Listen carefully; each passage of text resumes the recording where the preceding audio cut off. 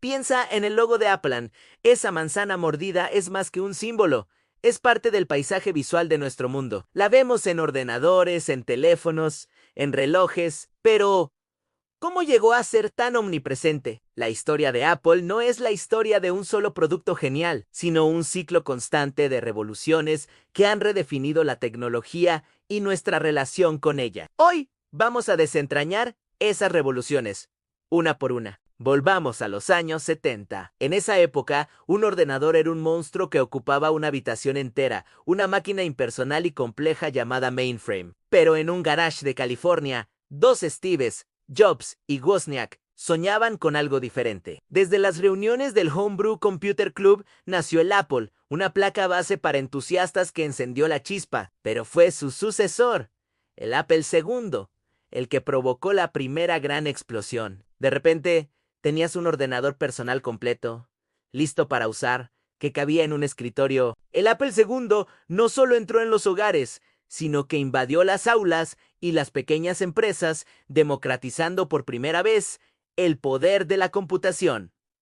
Era el amanecer de una nueva era. A principios de los 80, la revolución de la computación personal ya estaba en marcha. Pero los ordenadores seguían siendo intimidantes, basados en comandos de texto. Apple sabía que tenía que haber una forma mejor. La clave llegó tras una visita legendaria a Xerox PARC, donde los ingenieros de Apple vieron el futuro en una interfaz gráfica con ventanas e iconos, controlada por un dispositivo llamado ratón. Steve Jobs quedó obsesionado con esta idea y la convirtió en la misión del proyecto Macintosh. El anuncio de su llegada fue tan revolucionario como el producto mismo. Durante la Super Bowl de 1984, un anuncio épico dirigido por Ridley Scott prometía que 1984 no sería como 1984, una declaración audaz contra el conformismo. Y cuando el Mac se lanzó, cumplió su promesa. Por primera vez, la gente podía interactuar con un ordenador de forma intuitiva, simplemente señalando y haciendo clic. Transformó industrias enteras como la autoedición,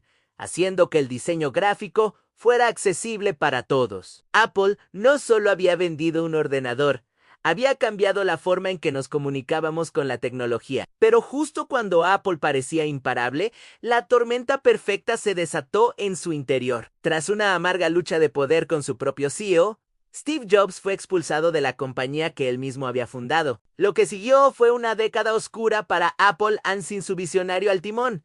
La empresa perdió el rumbo. Lanzaron una serie de productos confusos y fallidos, como el asistente digital Newton o la consola de videojuegos Pepen. La línea de productos era un desastre. La cuota de mercado se desplomaba y la bancarrota parecía inminente. Pero entonces, en un giro dramático, digno de una película de Hollywood, Apple compró Next, la compañía que Jobs había fundado tras su salida. Y él regresó, primero como asesor, luego como CEO interino. Su primer movimiento no fue lanzar un producto, sino cambiar la cultura. La campaña Think Different, piensa diferente, celebró a los rebeldes y a los visionarios, recordándole al mundo y a sus propios empleados cuál era el verdadero espíritu de Apple. Era el comienzo de la Mayo era remontada. En la historia corporativa, con Jobs de vuelta, la misión era clara: simplificar y volver a innovar. El primer gran golpe sobre la mesa fue el iMac G3 en 1998 en un mar de aburridas cajas.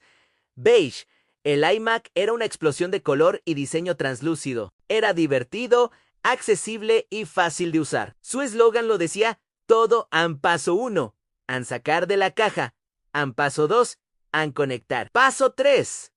No hay paso 3. El iMac no solo fue un éxito de ventas, fue el ordenador que salvó a Apple, pero Jobs no se detuvo ahí. Vio que la música digital era un caos de piratería y reproductores MP3 torpes. Su respuesta fue el iPod, un dispositivo elegante que cumplía una promesa simple pero poderosa: a 1000 canciones en tu bolsillo. Su arma secreta era la rueda de clic, una forma increíblemente intuitiva de navegar por tu biblioteca musical. Y para completar el golpe maestro, crearon la iTunes Store, una tienda online legal y fácil de usar que no solo hizo multimillonario al iPod, sino que salvó a toda la industria musical de sí misma. Apple había vuelto, más fuerte y con más estilo que nunca. Llegamos a 2007, el mundo ya tenía teléfonos, pero eran aparatos con teclados físicos y navegadores web limitados. En el escenario del Macworld, Steve Jobs anunció que no presentaría un producto, sino tres en un iPod con pantalla táctil,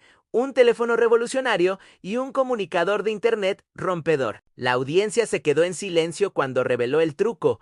No eran tres dispositivos, era uno solo, y se llamaba iPhone. La demostración fue magia pura. Pellizcar para hacer zoom, deslizar para desbloquear, gestos que hoy damos por sentados, pero que en ese momento parecían ciencia ficción. El iPhone no solo mató al teclado físico, sino que puso Internet de verdad en nuestro bolsillo. Pero la verdadera genialidad llegó un año después con la App Store.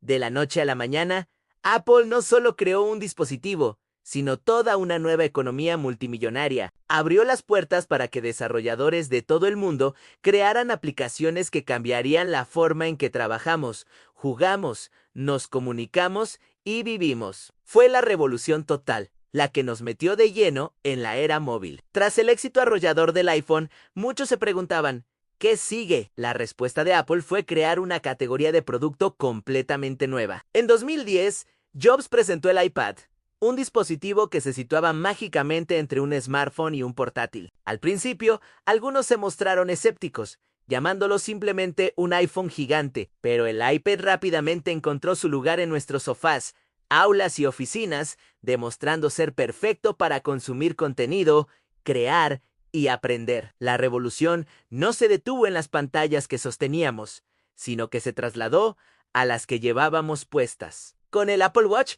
la tecnología se volvió más personal e íntima que nunca. No era solo para ver la hora o recibir notificaciones, sino un guardián proactivo de nuestra salud, monitoreando nuestro corazón y animándonos a movernos. Y el pegamento que une todo este hardware es la última gran revolución de Apple en los servicios. iCloud sincroniza nuestras vidas digitales sin esfuerzo. Apple Music nos da acceso a casi toda la música del mundo y Apple TV más compite en la guerra del streaming. Este ecosistema es lo que hace que un producto de Apple sea mucho más que la suma de sus partes. Si miramos hacia atrás, vemos un patrón claro. La revolución de la computación personal con el Apple II, la revolución de la usabilidad con el Macintosh, la del diseño con el iMac, la de la música con el iPod, la revolución móvil total con el iPhone y la del ecosistema con los servicios y los wearables. El legado de Steve Jobs es esta filosofía que sigue viva en la compañía.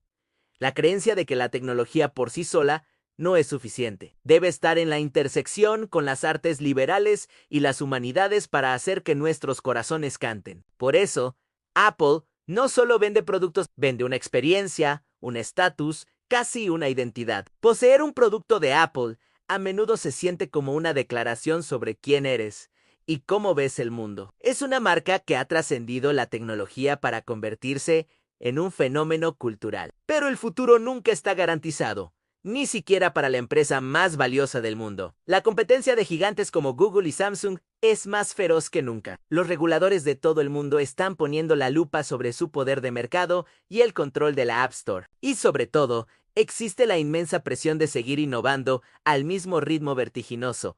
¿Cuál será la próxima gran revolución? Todas las miradas están puestas en la inteligencia artificial generativa, un campo en el que Apple parece estar poniéndose al día. Y por supuesto, está el Vision Pro, su audaz apuesta por la realidad aumentada y la computación espacial. ¿Logrará hacer por la realidad virtual lo que el iPhone hizo por los teléfonos? ¿Y qué hay del rumoreado coche eléctrico? Solo el tiempo lo dirá. Ahora me encantaría saber de ti. ¿Cuál crees que ha sido la revolución más importante de Apple y qué esperas de su futuro? Déjamelo en los comentarios. Gracias por acompañarme en este viaje y si te ha gustado, no olvides darle a like y suscribirte para más historias de tecnología. Hasta la próxima.